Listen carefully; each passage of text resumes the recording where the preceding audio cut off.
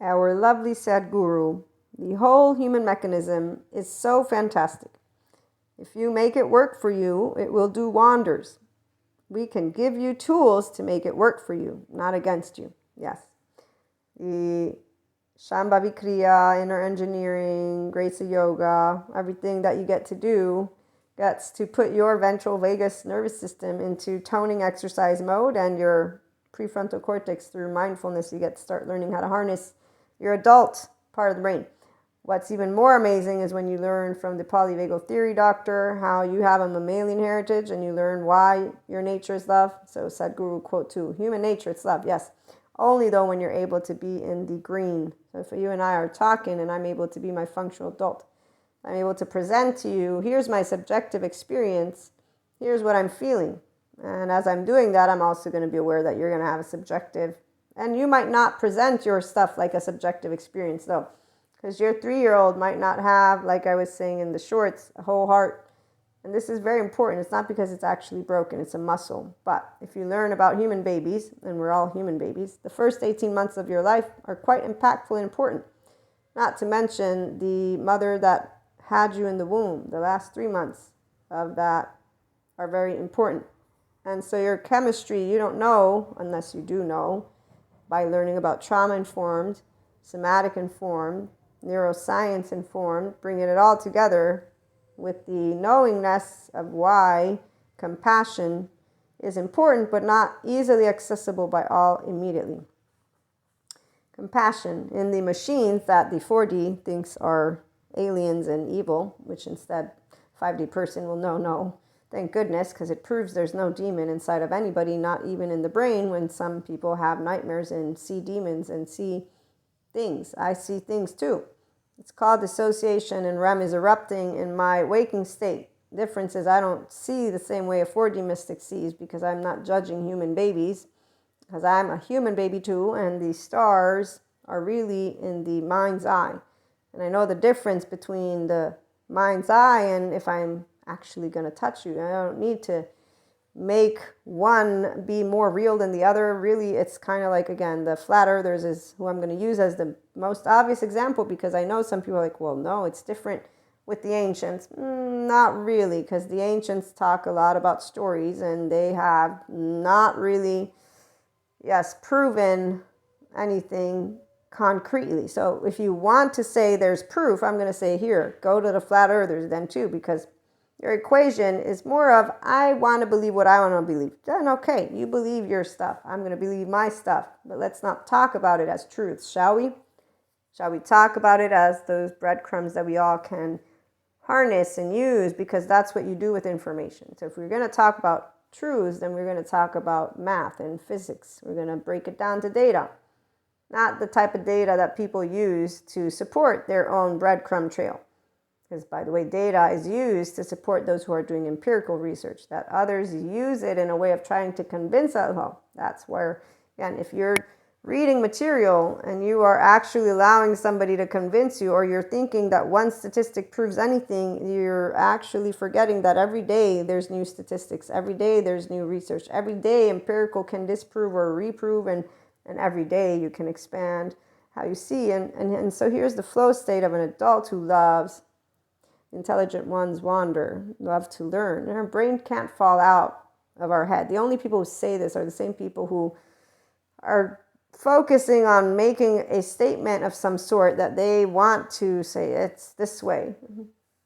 Do you have to? I mean, it all depends. What are we getting at? Are you sharing because you know that you're sharing something of value? Or are you trying to make it real?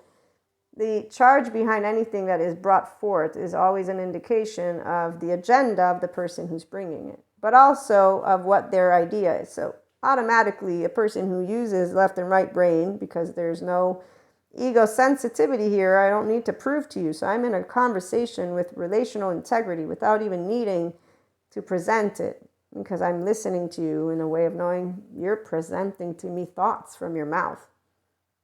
That's all you're doing right now.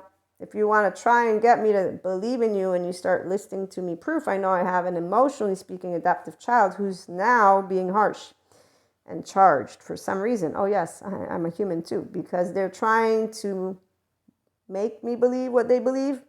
They can't accept maybe that I have a different thought and feeling. I don't know. It all depends. I don't usually go down that path because that's where.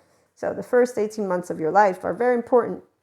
Your attachment system is very important. Then when you get to adolescence, your social system also becomes important. And so when your heart as a 3-year-old can get broken, it's because when you start to get yelled at, as I was trying to share, and this was a data point from Janina Fisher, thank you so much, where she shows the posture of shame. And there's other attachment researchers and therapists who have talked about how disruption of every one of us has a narcissistic bubble. But if I'm playing and being creative and I get yelled at by some parent and they say, you're being stupid, stop playing around. The child might be okay with it, might not. That's the part of where, back to Stephen Porges, as he points out, and in time, as he continues to use research and try to get, I don't know what the theory that he needs to prove or how, but I'm assuming it's all related to polyvagal theory.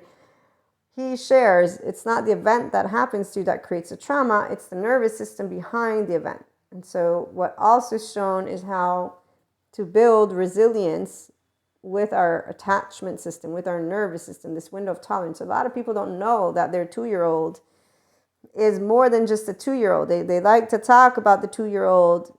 If you don't have emotion regulation skills yet, it's because you don't know how to harness your own nervous system. And so if I'm pissing you off and you get more pissed, let's say, because you don't like what I'm saying, you are not harnessing your own embodied brain. And it's the emotion that's arising from your 2-year-old that is keeping you from your spirituality awakening. I mean, the spirituality stuff, it's you, a person who has a primary and secondary consciousness.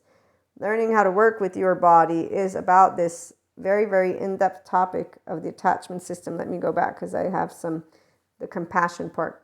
Okay, so we all have charged parts. We all have these memories that are from the sensations. And this is the part that I don't believe in it. They don't do reading. They don't do studying. They don't learn the in-depth neurobiology or neuroscience. They're just learning some of it. And if you learn all of it, then you'll understand the trauma-informed experts. You'll understand why compassion is important. You'll understand. I'm talking about educators who chose not to continue their education. And they're making statements and having people believe that the 2-year-old in emotions need to be disregarded in such a way of they don't understand the first 18 months of life in depth. And these people that do care, they're consistently updating their research material, which is why it's different. So people who care, they don't stop seeking how to help. This is the difference. What's your agenda? Are you helping or are you trying to prove something? And you'll always notice when there's educators who are trying to prove something because of their mannerisms versus somebody who's trying to be helpful. You'll also notice when somebody's trying to be helpful, but they're also insecure and then they're also a little shady about stuff. And that's always fascinating because then it's when you figure out that somebody's trying to sell you something versus help you and that they have attached to what they gave you something else. So you're like, well, I actually didn't come here or do this thing for this reason. So now that you're trying to twist things around, I'm going to present to you what my equation are. There's always a way for an adult to be respectful. And any type of charge state on the end of a person who doesn't know how to handle their 18-month-old and their 2-year-old and their 3-year-old, it's all the same because it's what is called this shame, the effectiveness.